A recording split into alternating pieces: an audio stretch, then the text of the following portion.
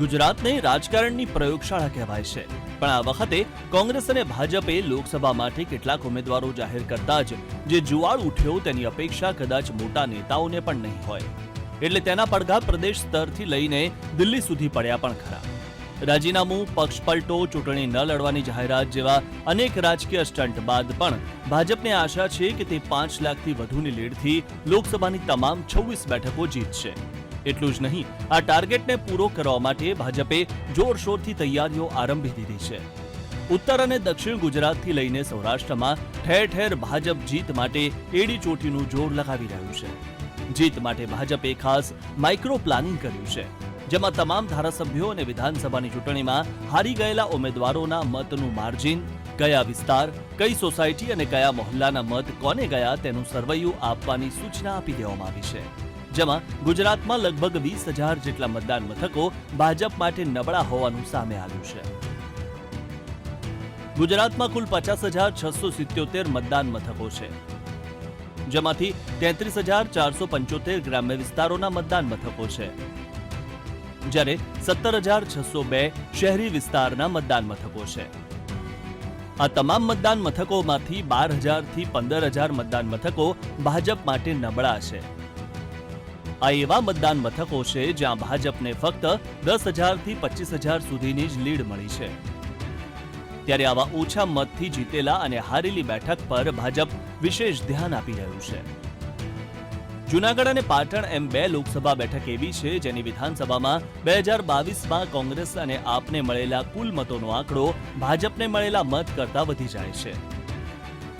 એટલે જૂનાગઢ અને પાટણ લોકસભા વિસ્તારમાંથી ભાજપ માટે મત ખેંચવા માટે વિશેષ રણનીતિ ઘડવી પડે એમ છે. તો સામે પક્ષે અમરેલી, પોરબંદર, દાહોદ, જામનગર અને સાબરકાંઠામાં ભાજપને મળેલા મતોનો આંકડો કોંગ્રેસ અને આપને મળેલા મતોથી નજીવો વધારે છે. એટલે આ બેઠક પર ભાજપ સામે મુશ્કેલી ઊભી થઈ શકે છે. મેં આપને કહ્યું તમામ બેઠકોનું, તમામ બૂથોનું, 52,000 બૂથોનું વિશ્લેષણ કરી એમાં કેટલા મત મળ્યા છે, કેટલું મતદાન થયું અને કેટલા ટકા મત મળ્યા, આ બધી જ બાબતોનું ખૂબ ઝીણવટપૂર્વક વિશ્લેષણ કરવામાં આવે છે. સ્થાનિક આગેવાનો સાથે પ્રદેશના આગેવાનો બેસે છે અને બૂથ સમિતિના લોકોને પણ એમાં ઇન્વોલ્વ કરવામાં આવે છે અને ત્યારબાદ આગળ વધુ બૂથ દીઠ કઈ રીતે વોટ વધારવાની અને પાર્ટીને વધુ મજબૂત બનાવવાની કામગીરી થાય એના માટેનું ચિંતન કર્યા પછી એનો એક્શન પ્લાન અમલમાં મૂકવામાં આવે છે. લોકસભા અંતર્ગત બેઠકો ક્યારની ચાલી રહી છે. બધી જ આપ જાણો છો કે 23મી ફેબ્રુઆરીથી તમામ લોકસભા કાર્યાલયો ખુલી ગયા છે અને સતત રોજે રોજ કાર્યકર્તાઓ પાસેથી બૂથ દીઠ ફીડબેક લેવામાં આવે છે અને ફીડબેક આપવામાં પણ આવે છે. લોકસભાની ચૂંટણીમાં જંગી બહુમતીથી જીત માટે ભાજપે ખાસ માઇક્રો પ્લાનિંગ કર્યું છે. પક્ષ દ્વારા 25 એપ્રિલ સુધી વિવિધ કાર્યક્રમો રાખવામાં આવ્યા છે, જ્યારે છેલ્લા 10 દિવસથી કમલમ ખાતે વિવિધ મોરચાની બેઠકો યોજી કાર્યકર્તાઓને જન જન સુધી પહોંચવાની સૂચનાઓ આપવામાં આવી છે. મુજબ સી ગ્રેડનું બૂથ હોય તો કઈ રીતે બી થાય, બી ગ્રેડનું બૂથ હોય તો કઈ રીતે એ થાય અને એ ગ્રેડનું બૂથ હોય તો કઈ રીતે 100% મત ભાજપને મળે એના પ્રયત્ન કરવાના હોય છે.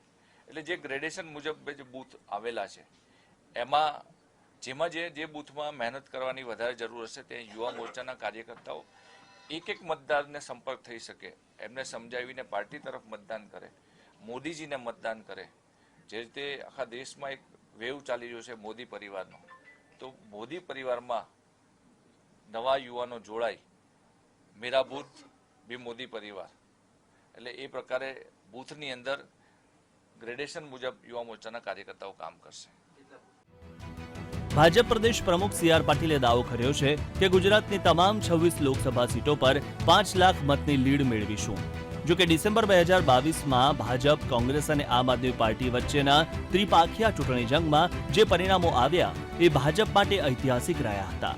પરંતુ વિધાનસભાની ચૂંટણીમાં 156 બેઠકો મેળવનારી ભાજપ માટે લોકસભામાં દરેક બેઠક પર હરીફ ઉમેદવાર કરતા 5 લાખ વધુ મત મેળવવાનો ટાર્ગેટ શક્ય છે ખરો? ત્યારે આ ટાર્ગેટ પાર કરવામાં ભાજપ કેટલું સફળ રહે છે તે જોવું રહ્યું. કેમેરામેન નરેશ સોલંકી સાથે પાર્થ જાની, VTV ન્યૂઝ, અમદાવાદ.